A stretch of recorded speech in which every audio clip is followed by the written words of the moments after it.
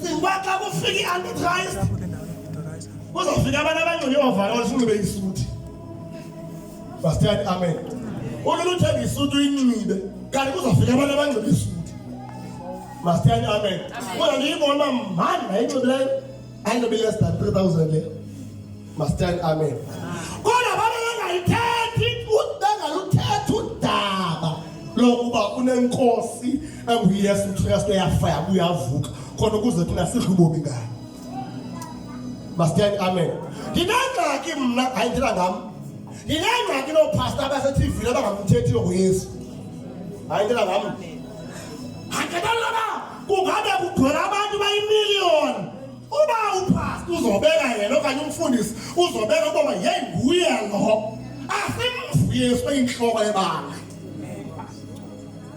bastiyani amen Amen. ngakhuliswa kanjalo ngiyathulisa akasina baseyikhupha ngolotanda abandikhulisa olohlo and ngiyangena kungaphakathi ngiyamkela nguye ingqalo nguye isiphelo asikwazi uthetha enye ilanguage sinale language yethi unalo ongu-alpha ongu-omega othixo unalo owalenga esiphambanweni ngenxa yethu and ndithekere kangcola ngimina kangcola mnathini ngathi umuntu wazibona kakuhle izinto uyani uyivemile ufa Nkosi yami ukuye lo emini into la uzukwazi engekho umoyeni kodwa masibele lapho silabo sikhona verse 42 funa ngasikhosa Isihloko sithi inhlalo yebandla yile nhlalo kwebenzama ukwenza into yayo inhlalo yebandla lamaKristu yes baye ke bezingisa ukuhlala emfundisweni yabapostile ababefundiswa kwinhlalo yebandla lamaKristu babezingisa kwimfundiso zabapostile Master amen yabona ke ifuna lento ngoku ngicela usincede silunge ingqondo ngoba ingakhi ifuna uba ibe ngathi inokumanipulate kwengqondo okuthile lento baye ababefundiswa ibandla lamaKristu babezingisa kwimfundiso zabapostile ngamanye amagama kwakungabikho nto elula ukuba ibaphazamise xa befundisiwe ngabapostile iBhayibhile phezu kwesisekelo sabapostile nabaprofethi kusekele khona ibandla bastiyani amen yingxaki ukungafundiseki kule nto sikuyo ngoba kwanto uThixo ayithume umpostile wakhe ayithethe sivangayiva xa singafundiseki underline ay ulapho ndiyayidlala kwenkonzo yesike alright baye ke bezingisa ukuhlala emfundisweni yabapostile ithi yenye version elikenda ifunda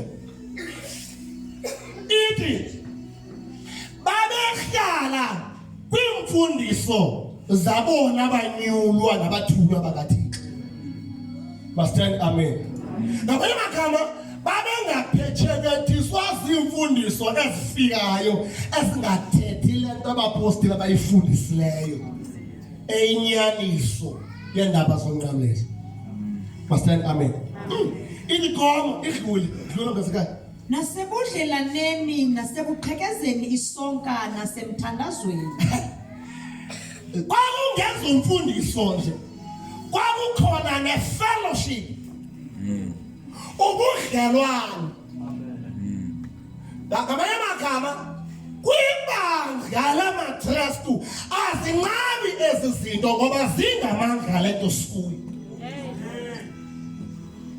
Master amen nobudlelwane angifundele inguqulo lithi ngona phela so thandaza babehlangana rhoqo okay bedlelana ngokuphulaphula iimfundiso zabathunywa babehlangana rhoqo baphulaphula iimfundiso zabathunywa nangokuqhekeza isonka nangokuthandaza. iyayitsiba laa nto ifuna nangokuqhekeza apho ndiyakho ndiqhekeze sonke. Now kwakukhona apha into engonqeni udlelana. Masitheni amen.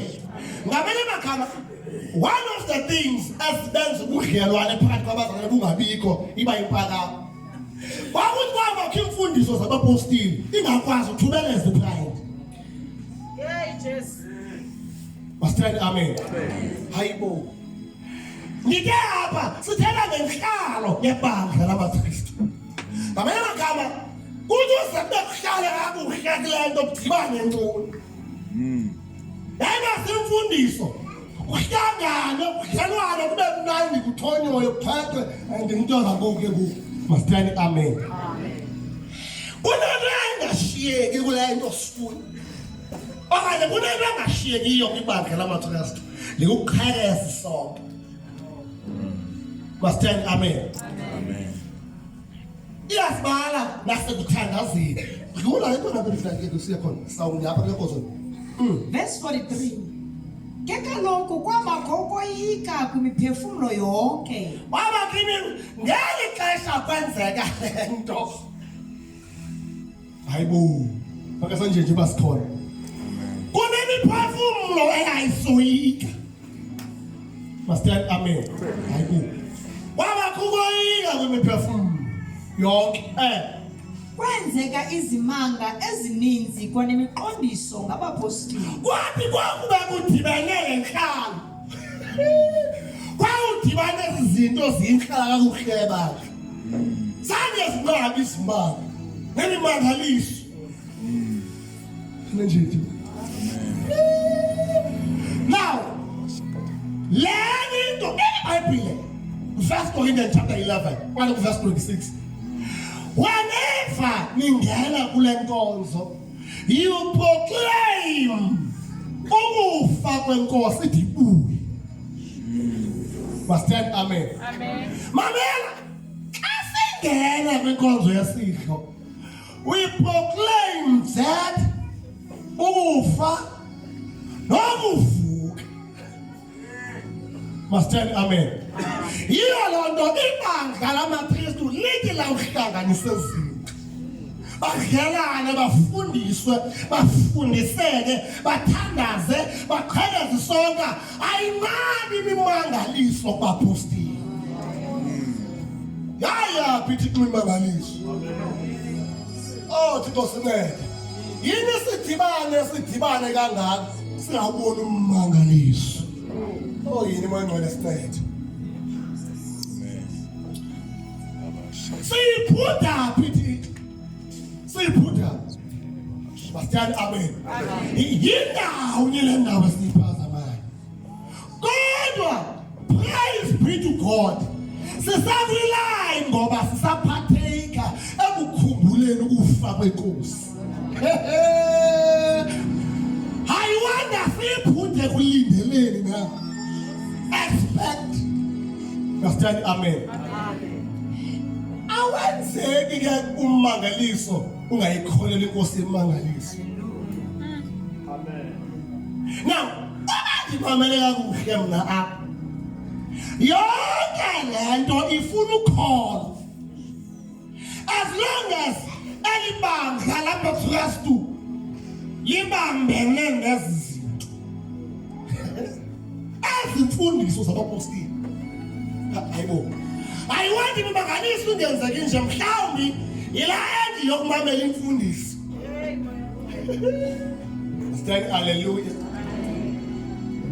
Ihlalo le, indlela esihleli ngayo. Andikhathali ngoba ungendawo ikophe okanye warhala ikopa kanjani. Kodwa inkalo yethu ke le. Siyafundiswa, siyafundiseka. Siyadlelana kule nto sikuyo. Awunanto angamfuniyo lo mntu angamcacelanga kule nto sikuyo. Uyabona iBhayibhile iqala ngobudlelwane ize kuqhekezele isona. Bese isithethe ngokuthandaza. Masitheni amen. Usiqhekeza kanjani sobungakwazi ukudlelana? You asenjenje. ngale nto ethi whenever you partake kule nkonzo you proclaim ukufa kwenkosi. Ithi buye. Hallelujah. Ingeko kwakusenzeka imiqondiso izimanga ezininzi ngabapostoli zingaphi sesenzeka. Asithanda amen. Ngigqibeleni ukubona umuntu ephakamisa ukubona uThixo ephakamisa umuntu ku-wheelchair kungengomxoki. Asithanda amen. Siyambulela uThixo ke silapha ke kule nkonzo ngenxa yoba sibambe le khombo.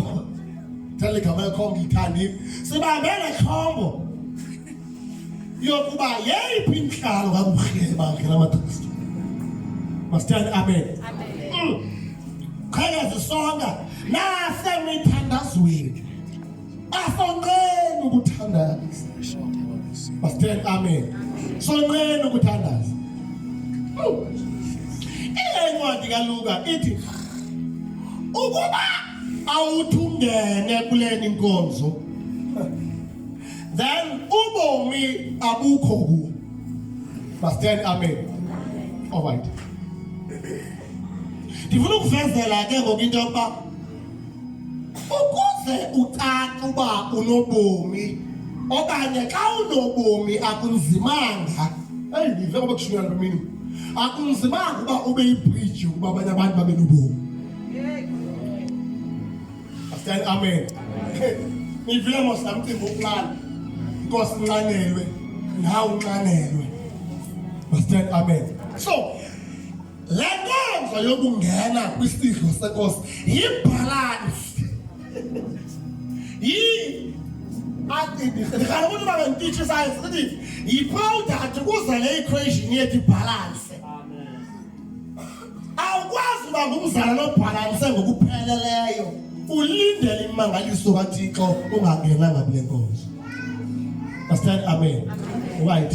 Cela ke undithile ke ngokuMatthew 26 verse 26. Igqibile ngokule ndawo. Sizawungena kuyo. Matthew chapter 26. Yeah.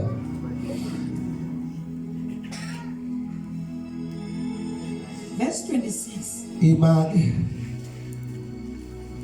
Akhona mandla egazini. Akhona mandla. Akhona mandla.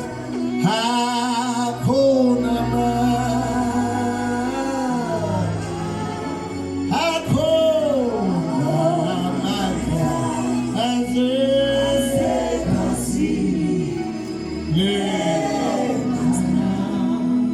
Siyangena ke ngicela ubasondele ababhuti bethe bazawuncedisa bayisondele itafile bayibeke kule ndawo.